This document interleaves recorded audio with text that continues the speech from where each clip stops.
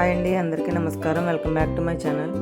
ఈరోజు వీడియో ఏంటంటే ఎంత టేస్టీగా ఉండే చికెన్ పికిల్ చేశానన్నమాట. సూపర్ వచ్చింది. సూటిగా సుత్తి లేకుండా చెప్తాను. మీరు ఎక్కడ ఈ వీడియో స్కిప్ చేయకుండా చూసి మీకు నచ్చితే లైక్ ఇచ్చి సపోర్ట్ చేయండి. చాలా సింపుల్ అండ్ ఈజీ కూడా, ఇంకా టేస్టీ కూడా. నేనైతే బాయిలర్ చికెన్ తీసుకున్నాను అనమాట. 1 కిలో తీసుకున్నాను. చిన్న చిన్న ముక్కల కింద కట్ చేసుకున్నాను. నేనైతే మామూలుగా చికెన్ తీసుకున్నాను అనమాట. బోన్లెస్ తీసుకోలేదు. బోన్లెస్ అయినా కూడా తీసుకోవచ్చు. ఇప్పుడు చికెన్ నీట్గా కడిగేసుకొని ఒక ప్యాన్లో వేసుకోవాలి. అందులో కొద్దిగా పసుపు, కొంచెం సాల్ట్, కొద్దిగా ఆయిల్ పోసుకొని బాగా కలుపుకోవాలన్నమాట. ఇలా కలుపుకున్న తర్వాత స్టవ్ వెలిగించి మూత పెట్టి 5 మినిట్స్ ఉడికించుకోవాలి. అసలు వాటర్ పోయకూడదు. చికెన్లో ఎలాగ కొద్దిగా వాటర్ వస్తుంది కాబట్టి ఆ వాటర్తోనే మెత్తగా ఉడికిపోతుంది చికెను. దాని తర్వాత లో ఫ్లేమ్లో పెట్టి వాటర్ అంతా పోయేంత వరకు మగ్గనిచ్చుకోవాలి. దాని తర్వాత ఇంకో గిన్నె పెట్టుకుని గిన్నె హీట్ ఎక్కిన తర్వాత దాల్చిన చెక్క, 3 యాలకులు, 7-8 లవంగాలు వేసుకుని వేయించుకోవాలి.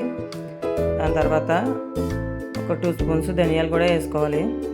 ధనియాలు కూడా వేగిన తర్వాత 1 స్పూన్ ఆవాలు, 1 స్పూన్ మెంతులు కూడా యాడ్ చేసుకోవాలి.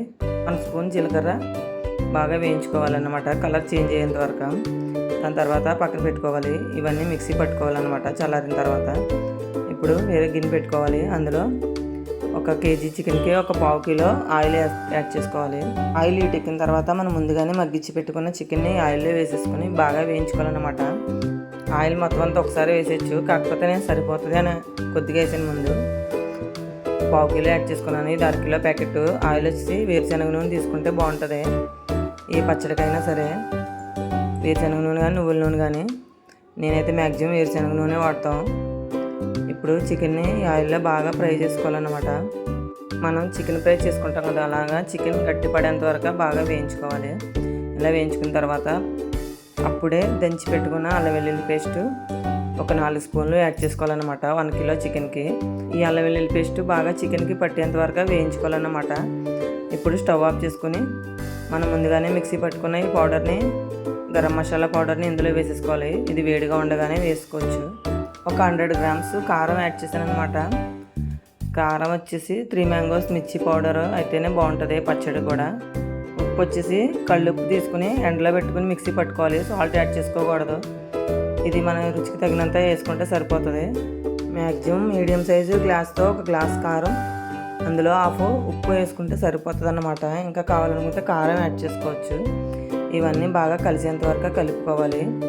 ఇప్పుడు ఒక 4 నిమ్మకాయలు రసం తీసుకుని ఇందులో యాడ్ చేసుకోవాలి. ఇంకా ఎక్కువ రోజులు నిల్వ ఉండాలంటే చింతపండు గుజ్జు తీసుకుని ఉడికించుకుని కూడా వేసుకోవచ్చు.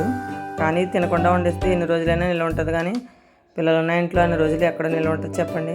అందు గురించి నిమ్మరసం అయితే యాడ్ చేస్తాను అనమాట. నేను నిమ్మరసం వేసి కలిపేసుకుంటే చికెన్ పికిల్ రెడీ అయిపోయినట్లే. వీడియో నచ్చితే లైక్ ఇచ్చి సపోర్ట్ చేయండి. ఇంకా నా ఛానల్ ఫస్ట్ టైం చూస్తున్నట్లయితే సబ్స్క్రైబ్ చేసుకోండి. ఉంటానండి, బాయ్ బాయ్.